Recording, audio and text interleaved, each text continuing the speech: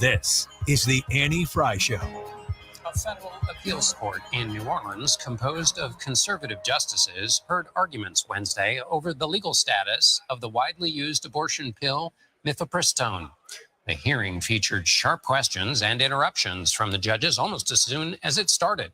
When the Justice Department attorney described the case seeking to revoke the FDA's decades-old approval of the drug as unprecedented, Judge James Ho quickly interrupted, saying, "I hate to cut you off so early, but you just said unprecedented. We had a challenge to the FDA just yesterday." This all comes after last month, a federal judge in Texas suspended the FDA's approval of the abortion pill. The ruling was then blocked by the Supreme Court, allowing the pill to stay on the market, but with some restrictions.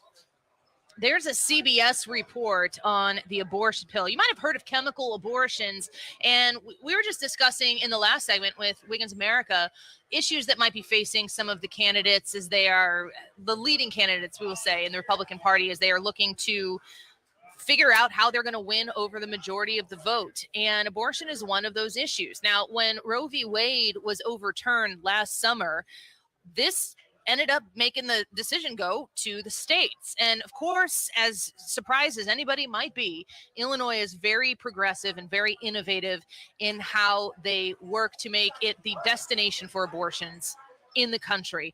Let's go to our guest right now. Dr. Ingrid Skop joins us. She's the Vice President and Director of Medical Affairs of the Charlotte Lozier Institute. Dr. Skop, thank you for being here with us today. It's a pleasure to speak with you. It's great to be here. So I came across this article on the Illinois Family Institute's website, illinoisfamily.org, and it's talking about this issue of chemical abortions. What can you tell me? What is a chemical abortion? That's a very good question, and the reality is most Americans do not understand the issue. It is not the same as emergency contraception or Plan B. That's an action that's taken after intercourse to try to prevent fertilization. A chemical abortion is an action taken when an unborn human is known to exist with the intent of ending his life. The FDA-approved protocol is 2 medications. Mifepristone blocks progesterone receptors, cuts off the hormonal support, and kills the embryo or fetus. It's followed in about 24 hours by misoprostol that essentially induces labor to express the pregnancy tissue. So, Dr. Skop, one of the things I've partnered with the Vitae Foundation and have heard a lot about chemical abortions. The way abortion is understood by a lot of people pre-chemical abortion conversation is it's something you go to a Planned Parenthood or a place that offers these abortions. You go see a provider. They proceed with the abortion. They give you some medicine. They send you home, whatever. How does a chemical abortion, what's the process for that? What kind of supervision is provided for the expecting mother in that scenario? When the FDA approved this regimen in the year 2000, there initially were strict supervisions. And what we see and what this Alliance for Hippocratic Medicine lawsuit is about is that over the years, the FDA has inappropriately removed the safeguards so that currently a woman can order it over the internet. She can get it delivered to her mailbox without any medical supervision at all. So it is a totally unsupervised abortion, which, of course, when abortion, was legalized in the Roe v. Wade case, the argument was we need to make it safe and we need to make it legal, and we need to keep women from managing their own abortions. But now we've come full circle where the abortion industry does not mind putting a dangerous drug in a woman's hands and letting her suffer and manage her own abortion without any doctor to be involved. It seems to me like if you were actually advocating for the care of women, and if there was even, and let's say you're pro-choice or even pro-abortion, but the idea behind this is to uphold women's rights, and you want women to be able to choose what happens with their bodies, and you go, the whole 9 yards with it.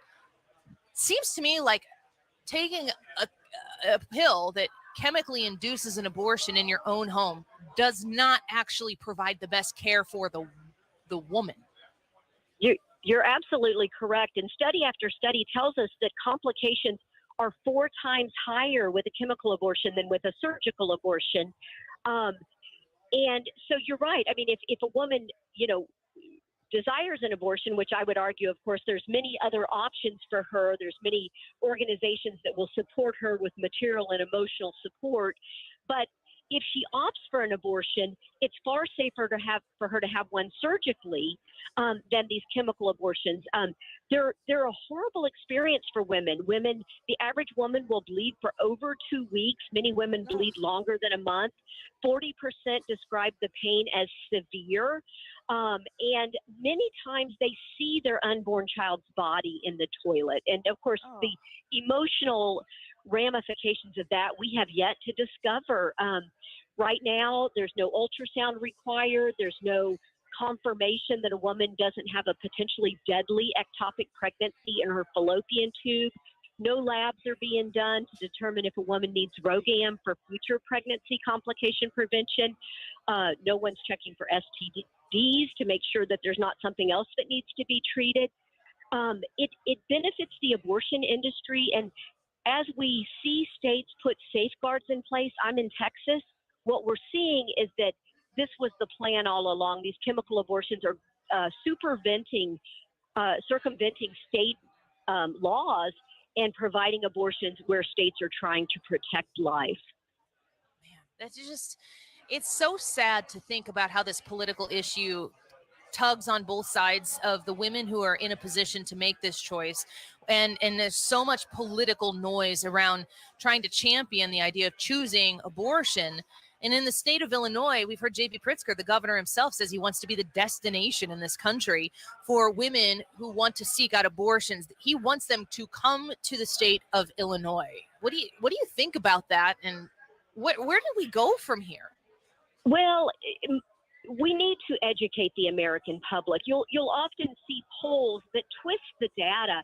If Americans knew that, for example, a recent study showed that 2/3 of women who obtained abortions either did so under coercion or considered it inconsistent with their values. That means they didn't want this abortion, but they, for whatever reasons, their life circumstances or their relationships, they fell into that action anyway. You can see that that's going to be hard on women. Our country, and especially the states that are choosing to impose no restrictions, we allow abortions for any reason up till the time of birth. People say that doesn't exist, but I would refer them to an article from The Atlantic in the last week of Warren Hearn, who does late-term abortions. And he is willing to acknowledge that most of the late abortions, and these are very late abortions that he does, are not for life of the mother. They're not for compelling reasons. They're for economic and social and financial reasons, just as early abortions are. So it's horrifying, really, that we have considered unborn human life of so little value that we will end it for any reason at any time. And unfortunately, the people of Illinois need to understand this circumstance so they can push back and they can maybe educate their governor. That doesn't help a woman if she wants her baby and yet for 9 months has a coercive partner who says, get an abortion, get an abortion, get an abortion. Those are the late-term abortions that are occurring, is women who finally can no longer say no to a coercive partner, even though they want their child. Yeah, I'm so with you on that. We're speaking with Dr. Ingrid Skop. You work with the Illinois Family Institute. Before I let you go, talk to me about how, if somebody listening wants to go to illinoisfamily.org and read and learn a little bit more, maybe they found out something about this issue that they didn't know before. How does getting on illinoisfamily.org help them understand more about these issues and even potentially how they can get involved to make a difference? Well, there should be quite a few resources available there. Also, abortiondrugfacts.com is our own website that talks specifically about chemical abortion. But even though you have a state that doesn't want to protect life, I know that you have many, many pro-life people in the state working at crisis pregnancy centers, trying to intervene to let women know that there are other options available. And certainly through the Illinois Family they can they can get access to these great organizations, support them financially, support them with your volunteer time. And let's just come alongside women in crisis and let them know lovingly that there are so many better options than ending the life of their children, particularly in the case of a chemical abortion, which is such a physically devastating experience for women. Yeah, it's unregulated, and it causes a potential whole host of issues for the woman who is going through this, probably in her home by herself. It's just an absolute tragedy. Dr. Skop, thank you for coming on with us today. It's a real pleasure to get these details out so that people can understand it, so they can become active if they so choose to do. Oh, thank you. It was a pleasure to be with you. Dr. Ingrid Skop, the Vice President and Director of Medical Affairs for the Charlotte Lozier Institute, and along with Illinois Family Institute. I am so proud to be associated with the Illinois Family Institute because they're doing the research to help you find out where you want to be involved, what issues they're discussing that you want to take part in, have action, engaged in actually making something better for the state of Illinois. You can make a difference, and going to illinoisfamily.org is a great way to do that. All right.